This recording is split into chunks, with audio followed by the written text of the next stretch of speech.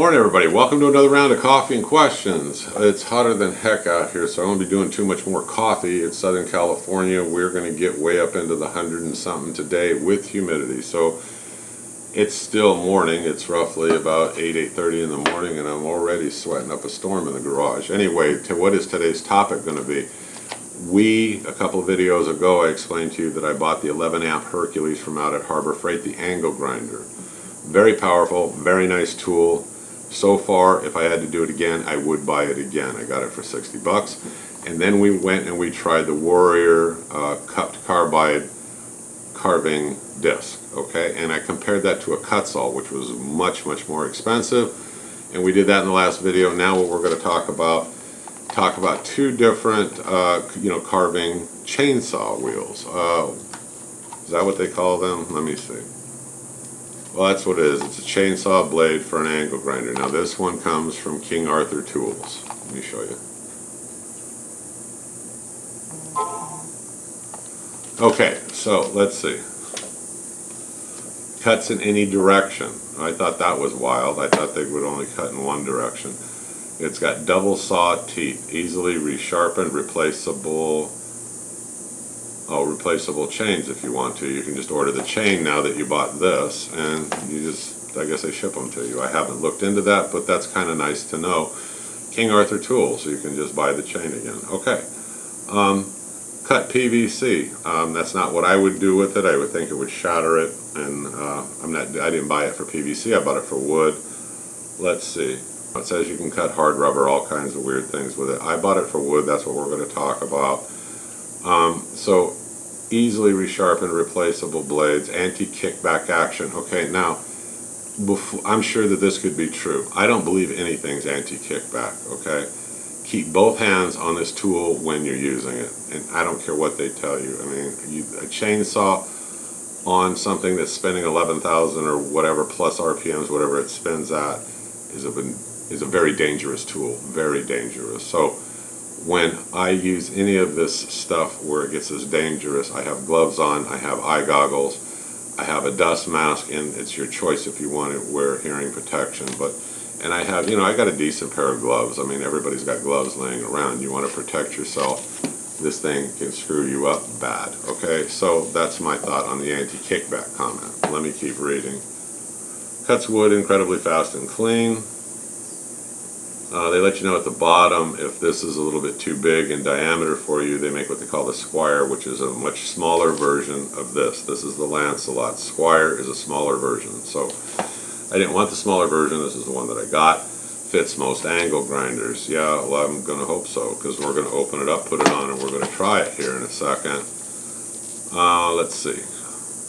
It says you can add blades on. In other words, you can put two of these on, and you can make even more aggressive cuts.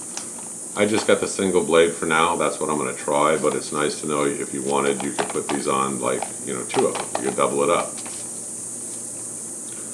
Well, the two most common sizes are 5/8 and 7/8 diameter holes, and those are US made tools, so most angle grinders are going to have those on there, and you shouldn't have to worry about it, but we'll get into that in a minute when I open up the package. Just shows lots of pictures here on the back of guys carving different things with it. Like I said, mine's going to be primarily for wood. I want to see if this thing really does all of the carving and stuff that it claims to do. Let's see. The important feature combined with the speed of the angle grinder, which should be rotating at between 10,000 and 13,000 RPMs, provides the most efficient, powerful cutting method for shaping, power tool in the world. Should the blade hit a nail or a piece of wire, wood, on occasion, it will cut right through the obstruction.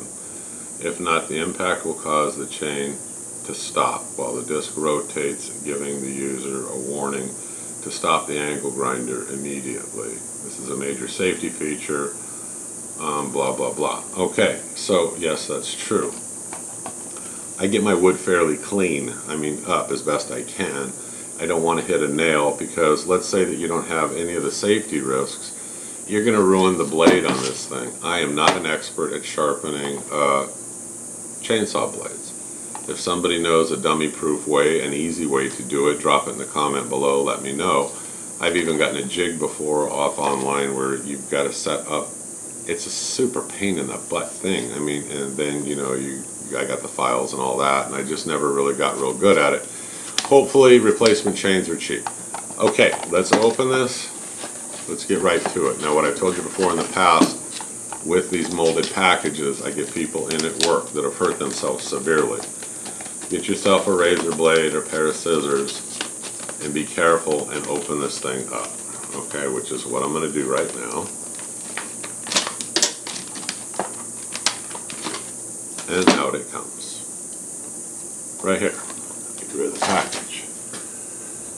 There's two plates. There's a top plate, a bottom plate, and this plug right now is holding everything together. Once I remove this orange plug, these plates come apart. Now the chain sits on top of one plate after you have it on your angle grinder.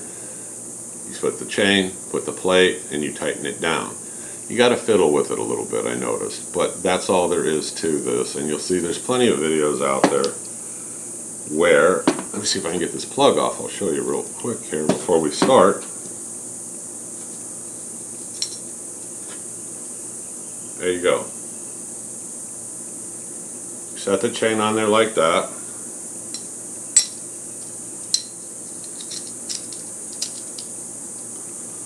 And then I put this one on there like this, and you can kind of feel them click together to some degree, okay? And so I line these slots up with each other, just like this. Okay, now I'm going to put that here onto my angle grinder.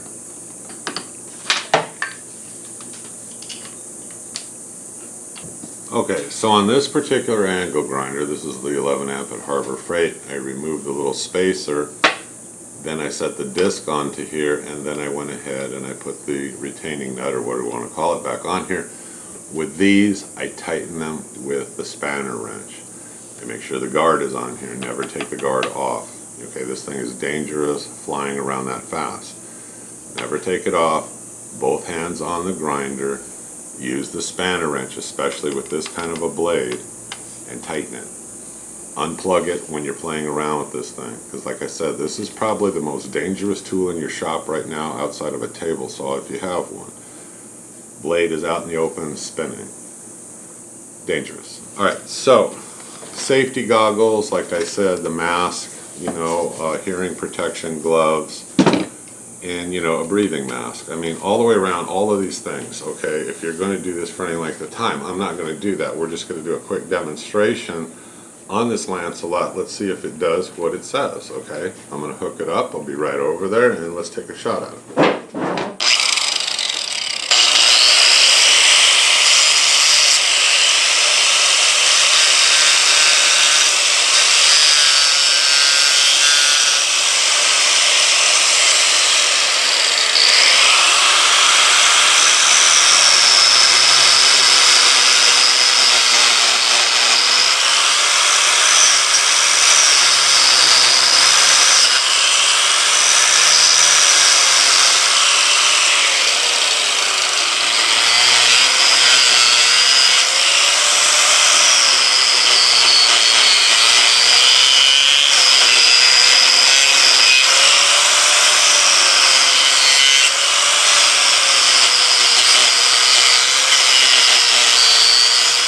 Okay, so that was the Lancelot, and it works pretty damn good, but it's a single blade one.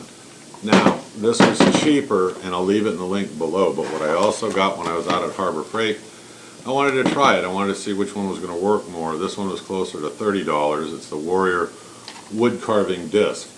It's a little bit of an unfair comparison if this stands up. We're going to try it here in a minute, and we're going to find out. The reason why I say that, this has got what looks like two blades, one in back of the other, so it's like a dual blade system. So this one right here, using any direction, double sawtooth, anti-kickback. Like I said, I don't believe anything's anti-kickback. Very limited on the instructions and stuff back here. 4-inch diameter, 5/8 arbor. It'll fit on any angle grinder, or it should. See what else it says. Ideal for carving, sculpting, and stump removal. 22 links in this chain. Durable stainless steel disc. Okay, it cuts everything from hardwood, plastic, soft materials. not a lot to say. Let's try it. Let's open it up. I'm going to switch these. I'll be right back, and then we're going to go try this, and we'll compare them, and then we'll talk about them. Okay, so I switched the blade. This is the Warrior one with, looks like, 2 cutting blades on here, whereas the Lancelot was a single blade. So let's go ahead and let's get over towards that piece of wood. Let's try this, and then we'll come back and we'll have a discussion about how the two of these held up against each other. Okay, so here we are set up. I'll get my goggles on. Let's give it a whirl. Let's see if it holds up as well as the Lancelot did.